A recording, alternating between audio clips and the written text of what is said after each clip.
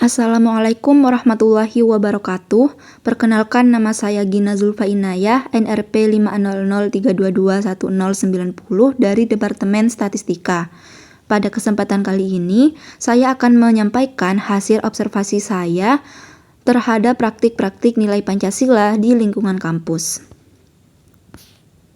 Pancasila sebagai ideologi dan dasar negara berperan penting dalam membentuk karakter serta tatanan kehidupan berbangsa. Nilai-nilainya menjadi pedoman etika, sosial, dan moral dalam kehidupan masyarakat. Kampus sebagai miniatur masyarakat Indonesia merupakan tempat strategis untuk menanamkan dan mengamalkan nilai-nilai Pancasila, terlebih dengan keberagaman latar belakang mahasiswa. Namun, tantangan era digital seperti individualisme, intoleransi, dan apatisme mulai mengikis semangat kebangsaan di kalangan mahasiswa. Oleh karena itu, penting untuk mengamati sejauh mana nilai-nilai Pancasila masih diimplementasikan dalam kehidupan kampus sebagai upaya memperkuat pendidikan karakter generasi muda. Untuk menjawab berbagai tantangan dan peluang dalam pengamalan Pancasila, saya melakukan observasi terhadap perilaku mahasiswa dalam kehidupan akademik maupun sosial di lingkungan kampus.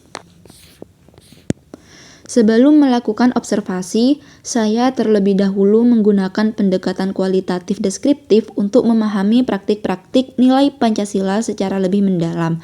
Penelitian ini melibatkan mahasiswa dari berbagai jurusan di kampus Institut Teknologi 10 November. Data dikumpulkan melalui dua cara utama, yaitu kuesioner online dan observasi langsung.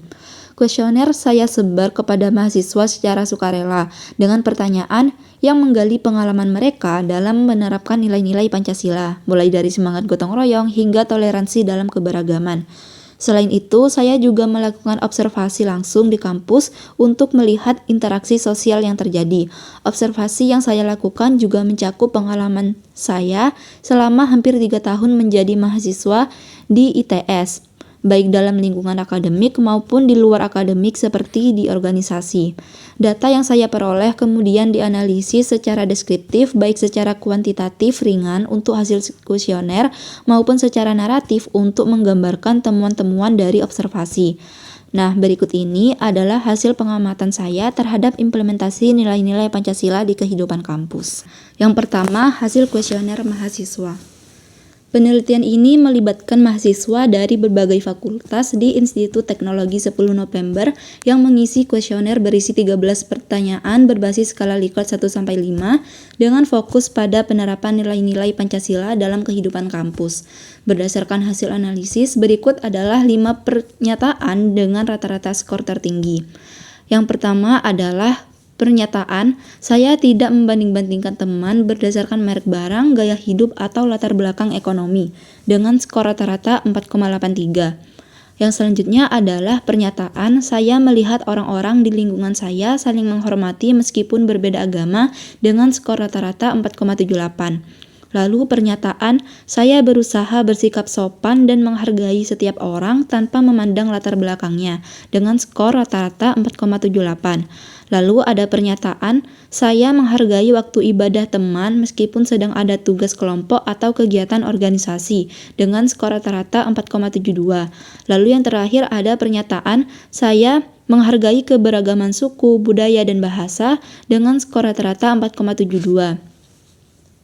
Penelitian ini menunjukkan bahwa nilai-nilai dalam sila pertama yakni ketuhanan, sila kedua yakni kemanusiaan, dan sila ketiga yakni persatuan cukup kuat diinternalisasi dan diamalkan oleh mahasiswa.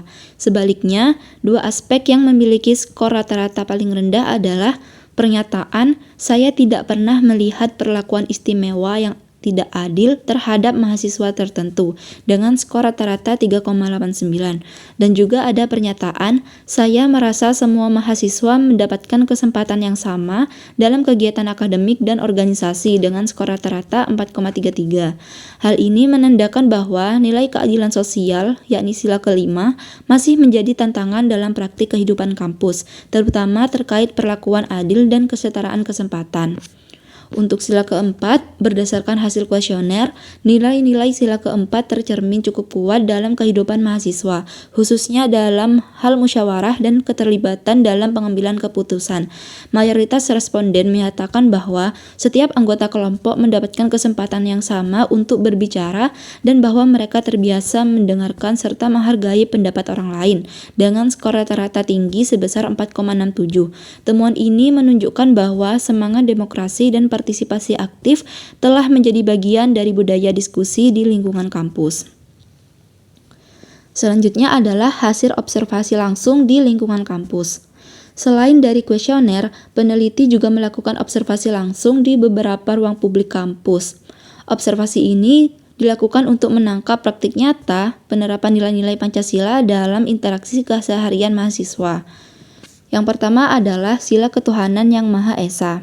Peneliti mengamati bahwa mahasiswa di ITS sudah saling menghargai perbedaan agama. Contohnya saat mendapat kegiatan seperti kegiatan organisasi atau rapat, mahasiswa memberikan toleransi kepada mahasiswa lain yang menjalankan ibadah untuk izin atau datang terlambat pada kegiatan tersebut. Peneliti juga tidak pernah menemukan praktik pemaksaan agama di lingkungan kampus. Selanjutnya adalah sila kedua, kemanusiaan yang adil dan beradab. Sikap saling membantu dan empati cukup terlihat. Mahasiswa sering terlihat membagikan informasi akademik kepada temannya, bahkan kepada orang yang baru dikenal. Hal ini menunjukkan adanya rasa kemanusiaan dan semangat tolong-menolong. Selain itu, di ITS sendiri banyak kegiatan mahasiswa berbasis kemanusiaan dan pengabdian masyarakat. Hal ini juga menunjukkan bahwa nilai ini masih diterapkan di lingkungan kampus. Namun, akhir-akhir ini terdapat kasus di mana terdapat oknum petugas SKK atau Satuan Keamanan Kampus melakukan tindak pemerasan dan pengancaman terhadap mahasiswa. Hal ini tentu tidak sesuai dengan nilai kemanusiaan yang beradab.